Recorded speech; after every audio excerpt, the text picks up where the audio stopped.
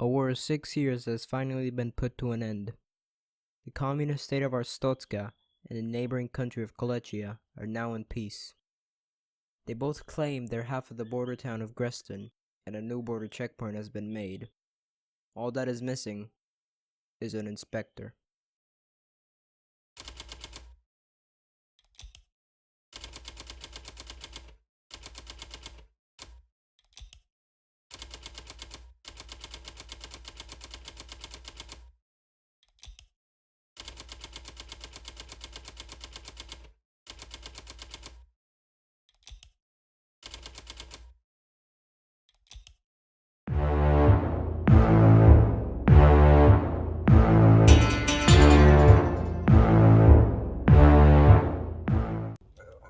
You take the role as the inspector. Your job is to control the flow of people from the surrounding countries of Antegria, Impor, Kolechia, Obristan, Republia, and United Federation into Arstotzka. These people can either be innocent civilians looking for work, or smugglers, spies, and even terrorists who want to destroy Arstotzka. You are the one responsible to find and highlight discrepancies in their documents. After the day is over, you are given your pay. You then balance your salary and family. Arstotzkan workers are expected to have large, healthy families for the future generations of Arstotzkans. When you get home, you then decide if they have food and heat or don't to save credits. Balance your salary well, or you might be in debt and get a premature ending.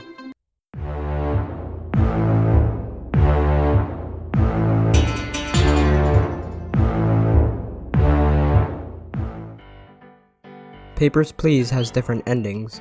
Endings are influenced by your actions. For example, if you run out of money, you get the first ending. Your involvement with the group, the Order of the Izek Star, is also taken into consideration. Izek is an organization, and the main goal is to free Arstotzka. Throughout the days, Izek will give you various tasks, and if you do all of them, you get ending 19.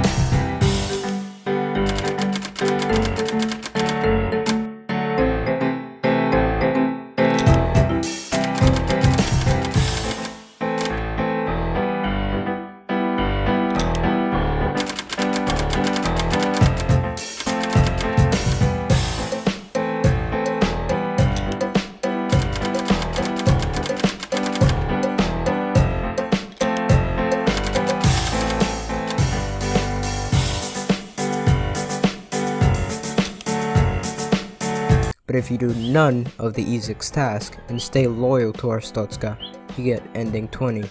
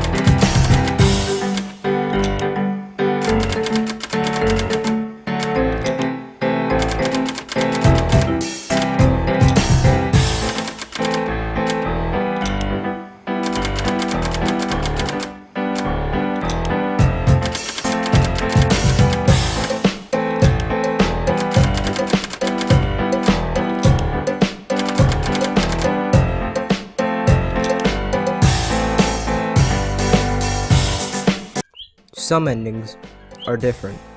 In ending 18, the inspector and his family all escaped to Obristan by illegally confiscating enough Obristan passports. Endings 18, 19, and 20 are the quote-unquote victory endings and play the victory theme. Endings 1 through 17 are the bad endings, and in these endings the inspector's either jailed, executed, or something else. And you really don't want to get one of these endings. Trust, they are bad.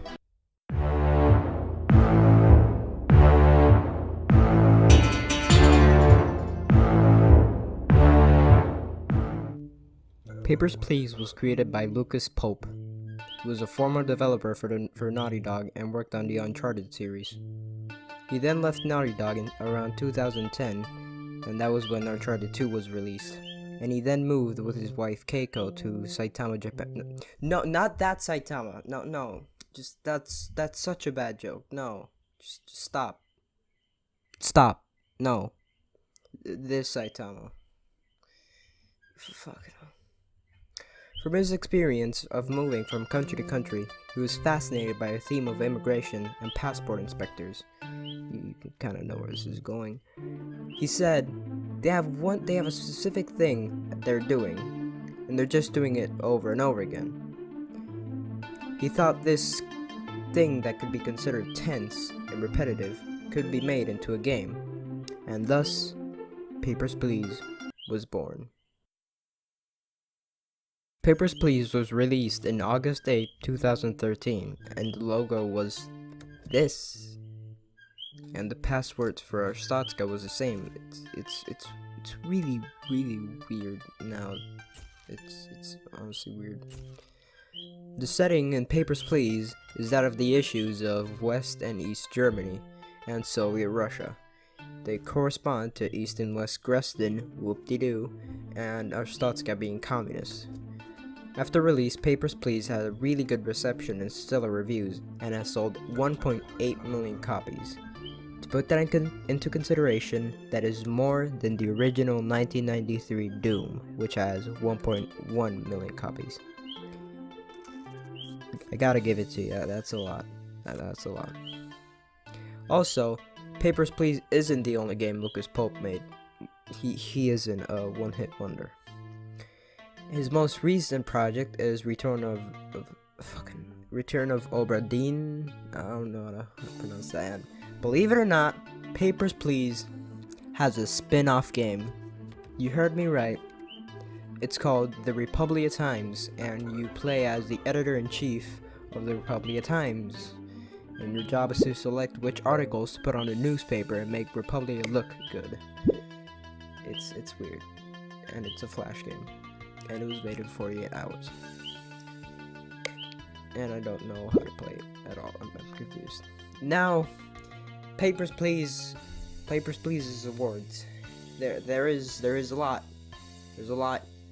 So the awards are BAFTA Strategy and Simulation was awarded in 2014.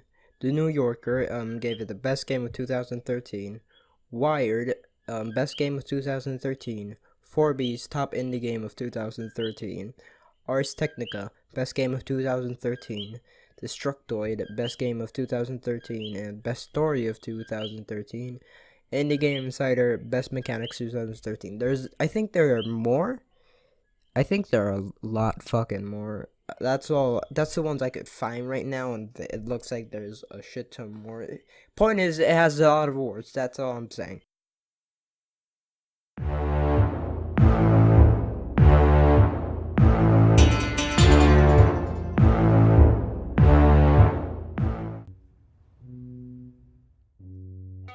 Papers, Please has really heavy subjects, and honestly I'm not embarrassed to say that I actually cried playing this game the first time I did. There are moments that are similar to this.